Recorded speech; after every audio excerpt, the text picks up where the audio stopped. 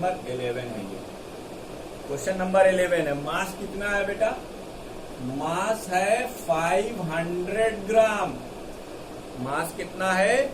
मास है 500 ग्राम। ठीक, इसको पहले किलोग्राम में बदलो। 500 अपॉन 1000 किलोग्राम, यानी 00 कैंसिल, ये हो गया 0.5 किलोग्राम।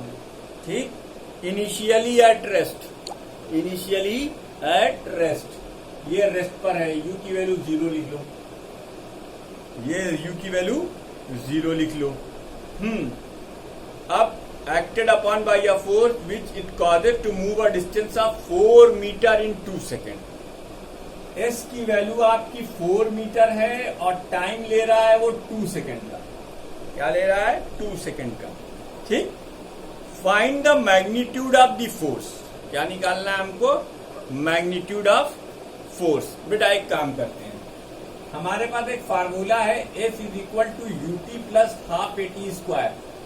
जब तक आप एक्सीलरेशन की वैल्यू नहीं फाइंड आउट करेंगे तब तक आपको फोर्स नहीं मिल सकता। या तो फिर चेंज इन मोमेंटम से फोर्स निकल सकता है, यानी mv minus mu divided by time, या फिर m इंटू ए। यही दो फार्मूला फिलहाल आपके लेवल पर है, तो मैं इसी की बात करूंगा। तो बच्चों ये देखो, s की वैल्यू दी हुई है 4, u की वैल्यू 0 है, t की वैल्यू 2, a की वैल्यू हमें कैलकुलेट करनी है और t की वैल्यू 2 इंटू 2 सब्स्टिट्यूट किया हमने, तो ये तो 0 हो गया। अब ये क्या हो गया? 2a is equal to 4। 2a is equal to 4, it implied that a is equal to 4/2, यानी 2 metre per second square. Now you are ready to take off, that is you are ready to calculate the force. Force की value mass into acceleration होती है। मास की वैल्यू यहाँ पर 0.5 हमने निकाली और a की वैल्यू 2 निकाली, तो ये 1 न्यूटन आ गया। बाप रे बाप, क्या आ गया? 1 न्यूटन। ये 11वें का आंसर आ गया। अब 12वां, a car of mass 480 kilogram is moving at a speed of 54 kilometre per hour is stopped by applying brake in 10 seconds. Calculate the force applied by the brake. बेटा यहाँ मास दिया है लेकिन एक्सेलरेशन नहीं दिया है, तो हमें फिर से वही प्रोसीजर अपनाना पड़ेगा। देखो, इसकी इनिशियल वेलोसिटी कितनी दी हुई है? इनिशियल वेलोसिटी यानी u की वैल्यू दी हुई है 54 kilometre per our. 54 kilometre per our, यानी 54 इंटू 5/18 मीटर पर सेकेंड। ये मेथड जान लो, किलोमीटर पर आवर को मीटर पर सेकेंड में बदलने के लिए 5/18 से मल्टीप्लाई करते हैं, यानी 18×3=54। कितना आ गया? 15 मीटर पर सेकेंड। अच्छा, अब फाइनल वेलोसिटी कितनी है? फाइनल वेलोसिटी v की वैल्यू 0 है। बेटा ब्रेक लगाने से रिटार्डेशन होगा, यानी निगेटिव एक्सीलरेशन। तो अब रिटार्डेशन की वैल्यू क्या होगी? अब ये निकालो तुम, change in velocity v minus you upon T. तो v की वैल्यू कितनी है बेटा? v की वैल्यू 0 है और u की वैल्यू कितनी है? 15 है। टाइम कितना ले रहा है? टाइम इसमें दिया हुआ है, 2 सेकंड में रोक देते हैं, नहीं सॉरी 10 सेकंड में, आई एम सॉरी 10 सेकंड में। तो एक्सीलरेशन कितना आ गया? 1.5 मीटर पर सेकेंड स्क्वायर। ये आ गई एक्सीलरेशन की वैल्यू। ठीक, अब आप जानते हैं प्रोसीजर बहुत ही सिंपल है। F की वैल्यू निकालने के लिए आपको मास इंटू एक्सीलरेशन करना है। मास की वैल्यू आपकी 480 दी हुई है, 480 किलोग्राम। एक्सीलरेशन आपने 1.5 निकाला है। 15×120 की 0 80 है 12, 15 चौके 60, 60 और 12 72, 720 है ना, 720 और एक डिसिमल हट जाएगा तो ये न्यूटन, ये वाला 0 एक डिसिमल को काट देगा तो 720 न्यूटन। ये 12 क्वेश्चन हो गए भाई। ठीक, 13वां और 14वां ये दोनों मैं आपके लिए छोड़ रहा हूं यार। एक दो भाई, एक चौथा कहा है, एक 13 और 14, क्योंकि 8 से लेकर 12 तक और 13 और 14 सारे क्वेश्चन एक ही जैसे हैं। सब मुझसे मत करवाओ। हम इसी वीडियो में आपको 3E के भी न्यूमेरिकल्स बता दे रहे हैं, है ना। अब एक काम करेंगे, अच्छा इसमें 20 न्यूमेरिकल्स हैं, तो अब हम न्यूमेरिकल्स स्टार्ट करेंगे किसके, 3E के।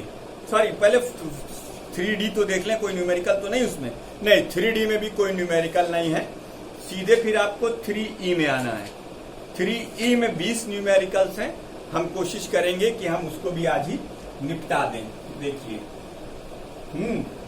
अब इस चैप्टर में सॉल्व होने, अरे यूजफुल जो फार्मूलाज हैं वो फार्मूला इसमें देखो वैरायटी ऑफ दी क्वेश्चंस हैं, है ना। पहला न्यूमेरिकल पढ़ रहा हूं, ये हेडिंग डाल देता हूं, numericals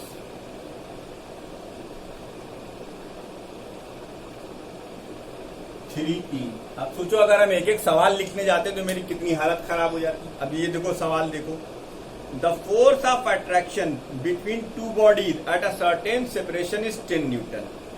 what will be the force of attraction between them if the separation is reduce to half. देखो, मान लो तुम्हारे पास दो मासेस हैं, एक M1 है और एक M2 है, ये एक दूसरे को अट्रैक्ट करेंगे, वो फोर्स F है। ये तुम्हारा क्वेश्चन, पहला ही क्वेश्चन ड्रामेबाज। F की वैल्यू जो है वो दी हुई है कितनी बच्चों, 10 न्यूटन, और इसको आप न्यूटन के यूनिवर्सल लॉ ऑफ ग्रेविटेशन से लिखेंगे अगर, ये डिस्टेंस आप R मान लो, ठीक, तो आप इसे लिखेंगे G times M1 M2 upon R square. Numerical करने से पहले वीडियो थ्योरी का जरूर देख लीजिएगा और एग्जाम्पल करके न्यूमेरिकल करने बैठिएगा, तब आपको बहुत मजा आएगा सॉल्व करने में, ठीक है। अब कह रहा है ये 10 न्यूटन है। अब हमने क्या काम करा, अब हमने इसके बीच की दूरी घटाकर R/2 कर दी और कुछ नहीं करा। M1 और M2 के बीच की दूरी हमने कितनी कर दी, R/2 कर दी। अब कहता है नया फोर्स पता करो, तो F डैश की वैल्यू ये जो है G times M1 M2 upon R/2 का होल स्क्वायर हो गई, ठीक है। कोई मसला नहीं है, घबराने वाली बात नहीं है। इसे आप इक्वेशन नंबर 1 कहिए, इसे आप इक्वेशन नंबर 2 कहिए। ये दो इक्वेशन आपके बन गए, आप 1/2 कर दीजिए, कुछ मत करिए, क्या करिए 1/2। देखिए आप जितनी शिद्दत से वीडियो देखते हैं, इसीलिए इतनी शिद्दत से मैं न्यूमेरिकल भी आपके लिए अलग से वीडियो बना रहा हूँ। कृपया वीडियो को देखें, और जो लोग चैनल नहीं सब्सक्राइब किए, अरे भैया सब्सक्राइब तो कर ही लो यार, इतनी मेहनत पे इतना इनाम तो बनता है ना, ठीक है। तो 1/2, तो 1/2 जब आप करोगे तो एक तरफ लिखोगे आप 10, अरे बाप रे ये प्यासी हो गई है, रुक जाओ इसको पानी पिला देते हैं। तो 10 न्यूटन, घबराओ नहीं, 10 न्यूटन अपॉन F डैश। बाबू ये पहले लिखो G times M1 M2 upon R square, फिर ये लिखो G टाइम्स M1 M2, अब ये ऊपर लिखा जाएगा R/2 का होल स्क्वायर। बच्चों ये तो सीधे कट गया, देखा सीधे कट गया। अब बचा क्या, ऊपर R स्क्वायर बाई 4 और नीचे R स्क्वायर बचा, R स्क्वायर से R स्क्वायर कैंसिल, ठीक। तो यानी it implied that 10/F dash is equal to 1/4। तो F डैश की वैल्यू कितनी हो गई, 40 न्यूटन। ये आपका पहला न्यूमेरिकल सॉल्व हो गया। वीडियो को पॉज कर इसे नोट कीजिए, मैं अगले क्वेश्चन की ओर बढ़ रहा हूं, ठीक है।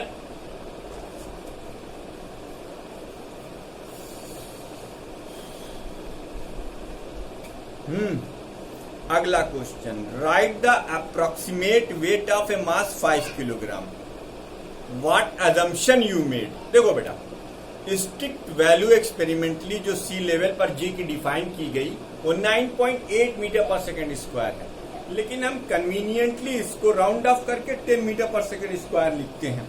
तो अजम्पशन जो आप बनाएंगे कि हमने जी को 10 लिखा हुआ है, तो अब आपको क्या निकालना है, वेट, अप्रोक्सीमेट वेट निकालना है। तो मास की वैल्यू आपकी दी हुई है, मास कितना दिया हुआ है 5 किलोग्राम, और जी का जो आपने अज्यूम वैल्यू ली है वो आपकी 10 मीटर पर सेकेंड स्क्वायर है।